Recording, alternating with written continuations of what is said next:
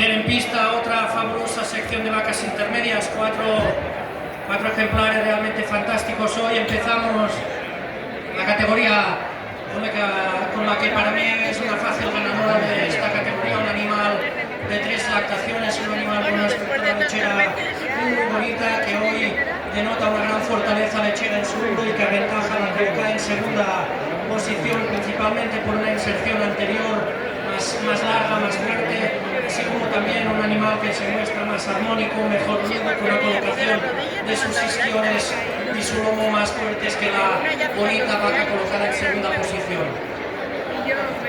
Una vaca con un sistema mamario en su parte posterior fantástica, espectacular, y que aventaja la colocada en tercer lugar, como digo, por este sistema mamario posterior, así como también una movilidad más deseable que la bonita y angulosa vaca colocada en tercera posición.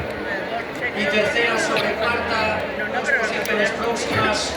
Hoy doy ventaja a la vaca negra colocada en tercer lugar por mostrar un piso de la ubre un poco más deseable, una colocación de sus pezones en la parte anterior de su ubre también más deseables que la bonita vaca colocada en esta cuarta posición. Un fuerte aplauso. Exuberante.